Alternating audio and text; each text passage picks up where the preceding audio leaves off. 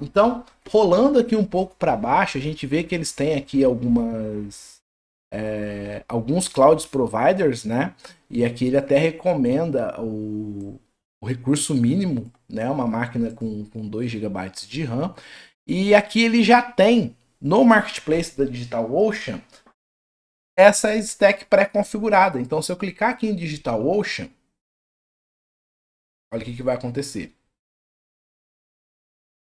Ele já trouxe aqui para mim, ok? Ele já trouxe aqui para mim toda a configuração que eu preciso para instalar o EasyPanel. Então esse EasyPanel ele vai instalar a versão 1.16 num sistema operacional Ubuntu, né? Ele já está aqui, ó, Marketplace.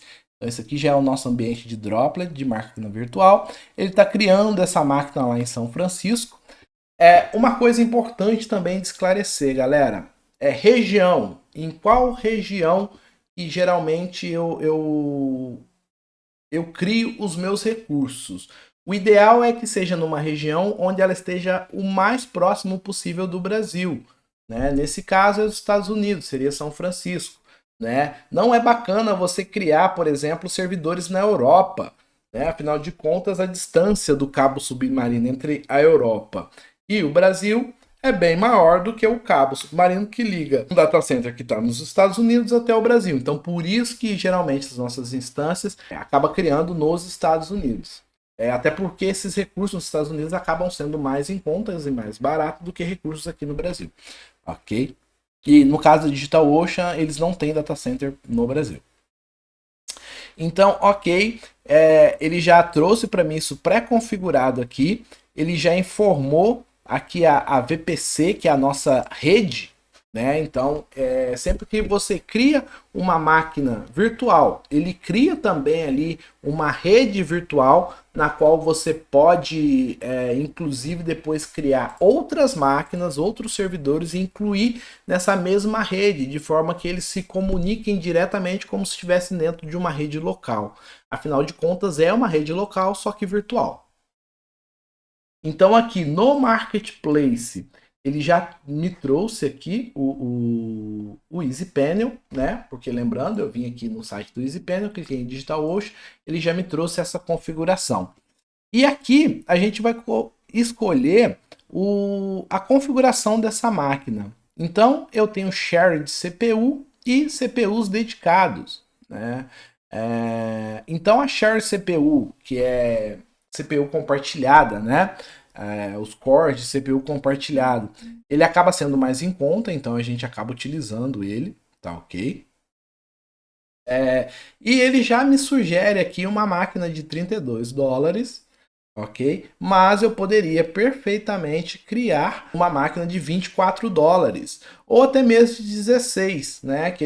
A recomendação mínima dele é de 2 gigas, porém esse aqui é uma máquina Intel com somente um core. Né? Então, se eu quiser 2 cores de CPUs, eu teria que trabalhar aqui de US$ 24 adiante. Então eu vou até escolher isso aqui para ficar mais em conta, mas como vocês têm aí esse crédito de US$ 200, vocês podem utilizar essa opção de 32 aqui, que é tranquilo, ok? É só lembrar de excluir isso posteriormente, tá? Para que não seja gerado nenhum custo. Então, ok, a gente está utilizando aqui um Premium Intel NVMe. Wesley, esse tipo de CPU, CPU compartilhado, quer dizer que eu estou contratando uma hospedagem compartilhada? Não, não necessariamente. Quer dizer que o conjunto de CPUs dessa máquina lá no data center, ele é compartilhado com outras VPS, porém a sua VPS ela é exclusiva ali. Né? Geralmente isso atende muito bem, tá ok? Para aplicações ali de porte menor, você não vai ter problema com performance nem nada, ok? Isso vai te atender muito bem. Então, vamos ver aqui, beleza? Vou escolher essa aqui de US$ 24. Esse ponto aqui, ele é bastante importante também, porque para a gente escolher o nosso método de autenticação nessa máquina, né? Então, lembra que um VPS ele é um servidor na nuvem. Então, eu consigo acessar esse servidor do meu computador. Se você utiliza o Windows, por exemplo, através daquele programa root, você consegue fazer uma conexão via SSH, conectar lá na porta 22 e digitar comandos, ou acessar via SFTP. A gente não vai utilizar isso aqui agora, tá ok? Posteriormente eu posso entrar um pouco mais em detalhe, mas aqui você pode ou escolher uma chave SSH que você tenha na sua máquina, para que você não tenha que ficar digitando senha, ou você pode configurar uma senha segura, ok? Então você pode vir aqui, por exemplo, e digitar uma senha. Pode digitar uma senha aqui segura de 8 caracteres e o seu usuário root vai acessar através dessa senha. Eu já criei a minha aqui. Você pode adicionar alertas, ok? Esse alertas é importante. Se você tiver, por exemplo, no ambiente de produção e a sua máquina começar a sofrer ali com gargalos e tudo mais, você pode receber alertas do sistema, né? Para fazer tomar alguma medida, aumentar recurso, enfim.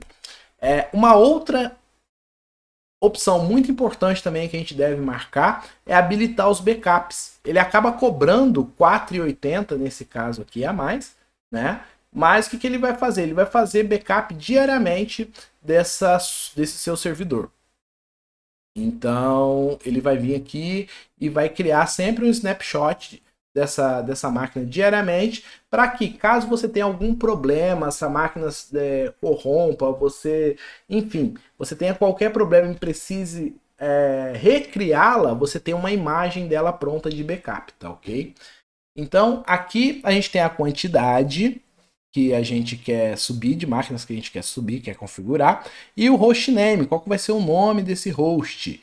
Então eu vou colocar aqui que vai ser um EasyPanel 1, que vai ser o nome do meu host, porque a gente pode ter vários EasyPanels futuramente.